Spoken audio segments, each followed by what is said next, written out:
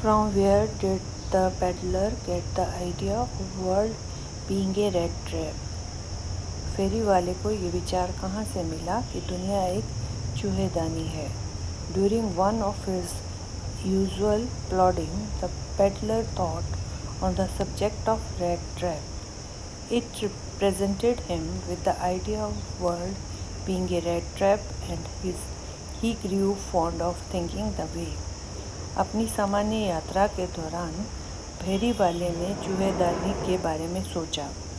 इसने उसके मन में ये विचार प्रस्तुत किया कि दुनिया एक चूहेदानी है और इस बारे में सोचने का शौकीन हो गया।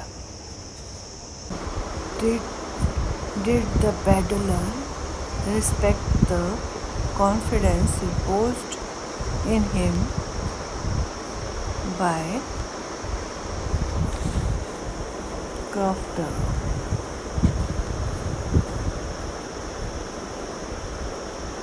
Peddler think that he had indeed fallen into a rat trap.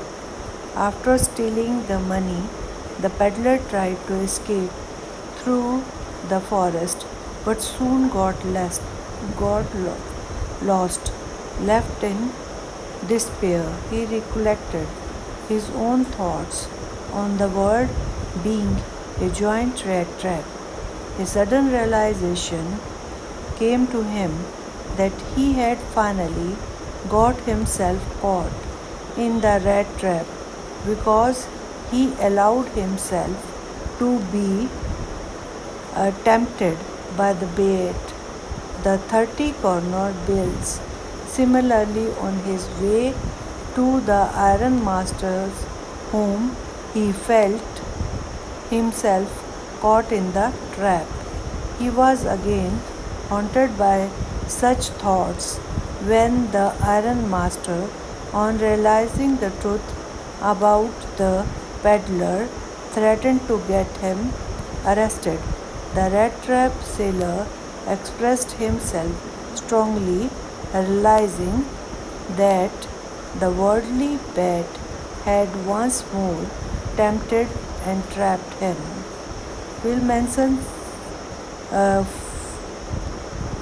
विल्मेंसन से फेरी वाले को ऐसा क्यों लगा कि वह वाकई चूहेदानी में फंस गया है?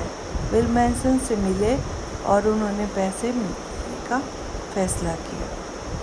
फेरी वाले को ऐसा क्यों लगा कि वह वाकई चूहेदानी में फंस गया है? पैसे चुराने के बाद फेरी वाले ने जंगल से भागने की कोशिश की, लेकिन जल्द ही वह खो गया।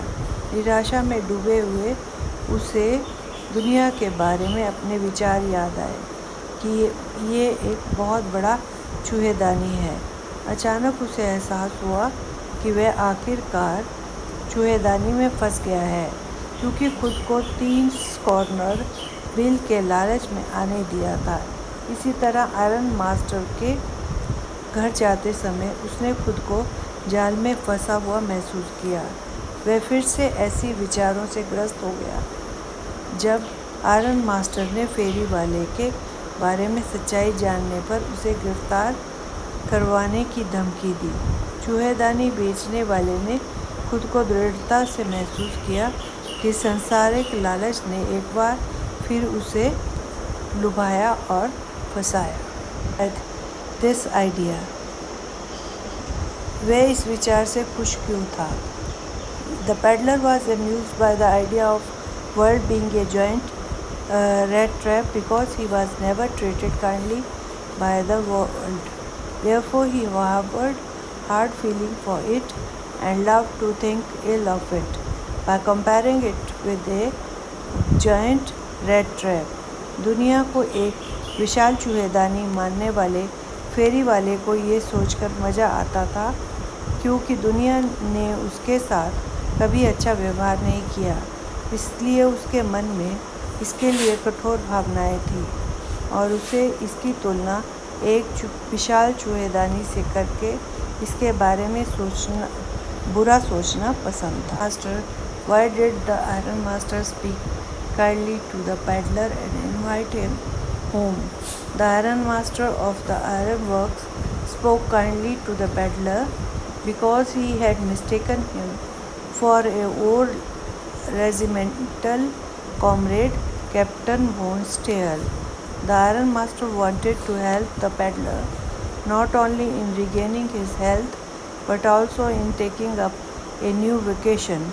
Moreover, the iron master was a lonely fellow who lived with his old daughter after the death of his wife and the departure of his sons. As he longed for some company on the Christmas Eve, he invited the peddler to his home. Iron master ने फेरी वाले से प्यार से बात क्यों की और उसे घर क्यों बुलाया?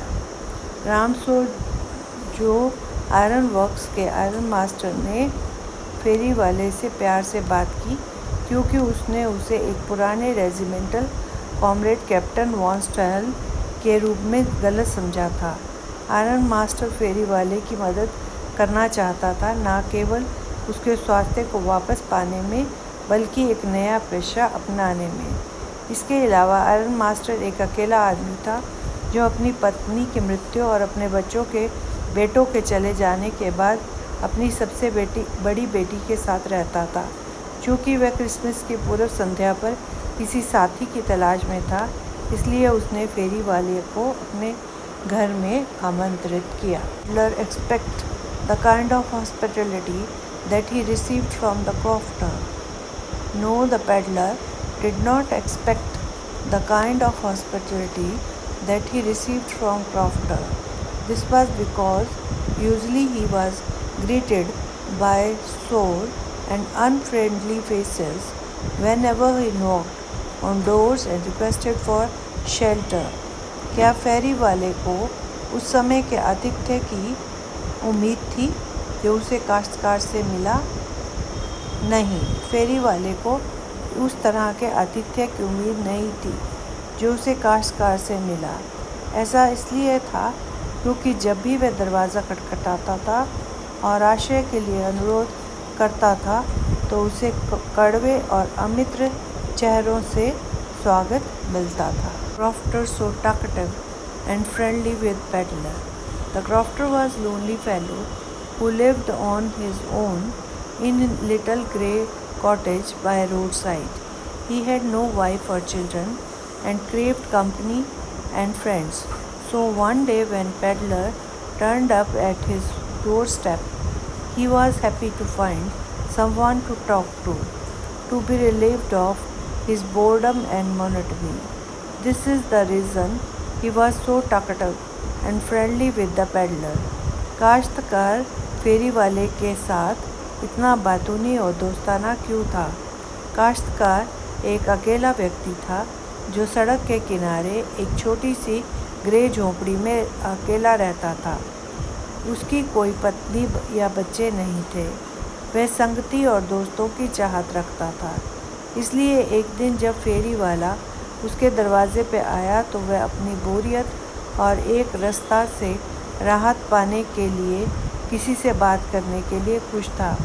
यही कारण है कि फेरी वाले के साथ इतना बातूनी और दोस्ताना।